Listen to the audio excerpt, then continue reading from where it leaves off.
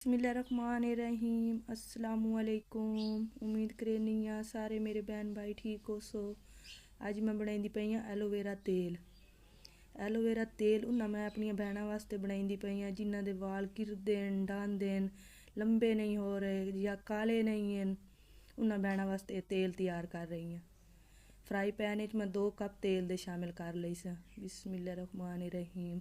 ਹੁਣ मैं तेल एलोवेरा शामिल कर लई सा। बिस्मिल्लाहिर्रहमानिर्रहीम।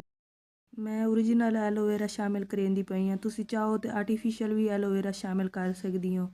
एलोवेरा शामिल करन तो बाद इस तेल नू बिल्कुल हल्की हल्की अग ते पकावना है पिया।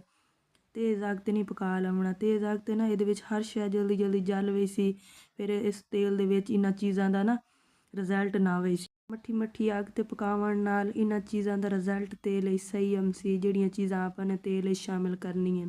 मैं उन्हां भैनों वास्ते ये तेल बनाई पई हाँ जिन्हां मेरियां भैनों दे वाल घिरदे न, ढांदे न या लंबे नहीं हो रहे, खूबसूरत नहीं हैं, सोहने नहीं हैं।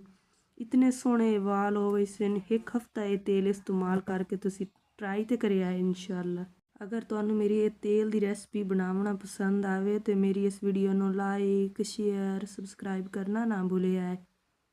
बैल आइकन नू भी दबा दिता करो ताकि आने वाली हर रेसिपी मेरी तुहाडे तक जल्दी पहुँच जाए। तेल नू मैं एलोवेरे नाल 4 ਤੋਂ 5 मिनट इनू पकाया है पिया।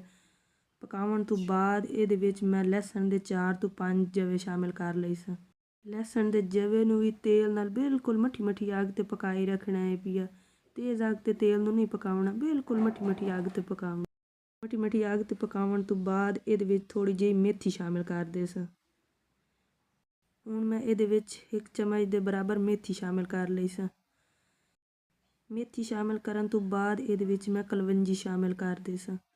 बिस्मिल्लाहिर्रहमानिर्रहीम। इन मिक्स कीती रखना तेल नू इन्हां चीज़ां नाल ते हल्की अग ते पकाई रखना है पिया। तेल नू मैं इतनी देर पकाई रखसा जितनी देर के ये जड़ियाँ चीज़ां मैं शामिल कीतियां वो जल ना जावन। अगर ये चीज़ां ये जल गई ना हल्की हल्की अग ते फिर तेल च असर आवे सी इन्हां चीज़ां दा। अल्लाह पाक तुहाडे माल जान रिज़्क च बरकत पावे। अल्लाह पाक तुहानू हर दुख तकलीफ तो बचावे। अल्हम्दुलिल्लाह माशाअल्लाह तेल इत्थे बन गया है तो हुण मैं किसी बर्तन तेल नू छान लई सा। बिस्मिल्लाहिर्रहमानिर्रहीम। ये मेरियां वो भैनां इस्तेमाल करें जिन्ना मेरियां भैनां दे खूबसूरत वाल नहीं हैं, सोहने नहीं हैं। इंशाअल्लाह ये 1 हफ्ता इस्तेमाल करे सन ना तेल नू तो इतने खूबसूरत ते सोहने घने वाल हो वैसे इंशाअल्लाह। एलोवेरे वाला जेड़ा तेल मैं बनाया है पिया, मेरी भैनों ने मैंने कमेंट करके दसना है कि मेरा ये एलोवेरे वाला तेल तुहानू किहो जिहा लगा है कि मेरी रेसिपी तुहानू पसंद आई है कि नहीं। तेल नू मैं इत्थे छान लिया है तो हुण मैं किसी बोतल च पा लई सा। प्यारी जी खूबसूरत जी बोतल शामिल कर लवना तेल नू। कितना खूबसूरत तेल बन के तैयार होया। अल्लाह पाक तुहानू अपने हिफ्ज़ो ईमान च रखे। अगली वीडियो च मुलाकात हो सी। अल्लाह हाफिज़।